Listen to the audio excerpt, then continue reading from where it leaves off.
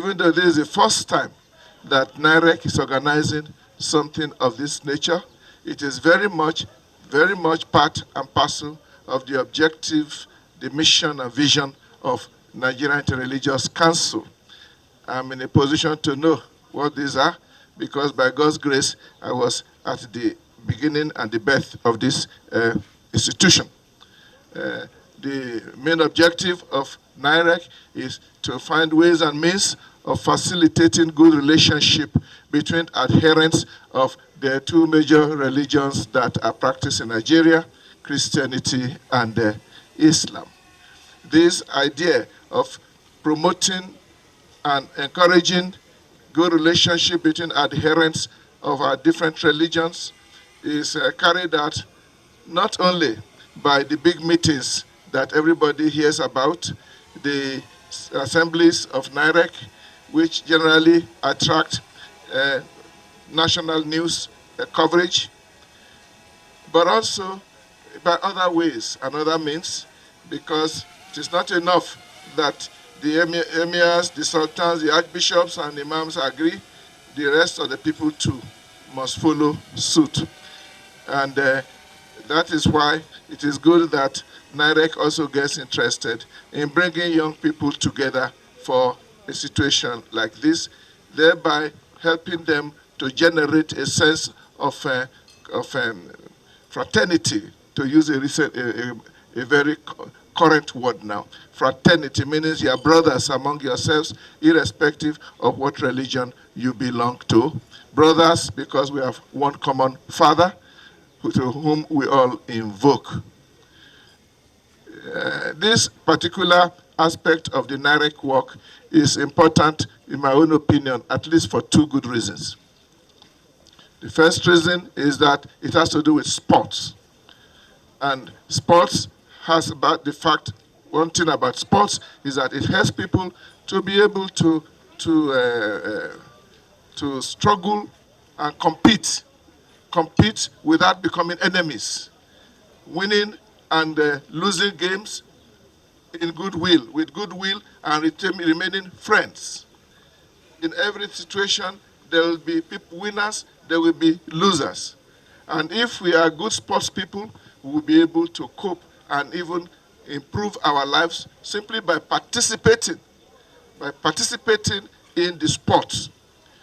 If we had a bit of this in our political game, things would probably be much better for us. So NIREC has done well to bring in sports in this regard. Even among ourselves now, as we are seated, those of us who have the proper uniform, nobody knows who is Christian, who is Muslim, who is cardinal, who is imam. This man, you should have won your own, so that so that you too will be just like us. And as they are all there in their jerseys, nobody knows who is who. And the executive secretary has told me all the teams are interfaith. Every team is made up of Christians and Muslims. And when they start playing, there will be no question of saying the Christian won or the Muslim won. Everybody is going to win after these meetings. So that's the first part of this program that I like to commend NIREC for. The second aspect is that this program of sports is targeted at the youth, not at people like me. I know I can still play football, but not for more than 5 minutes. It is these young people who can play football. And when we are talking of interfaith living together in peace, coexistence, we have to take the youth very, very seriously. First, because they are the ones that are generally put in front to go and fight the battles, get killed for people, other people who sit behind in their comfort. So when the youth get into their mind, imbued with the mind of never fighting, never going into violence, they will be able to say no when anybody is trying to mobilize them for violence, no matter under what name. Even if they claim to be doing it in the name of God, they are telling lies. God does not want his children to kill one another. We cannot serve God killing one another. So that is why the youth aspect is very important. As a little bit of corollary to that is the fact that the youth, they are the ones for the future.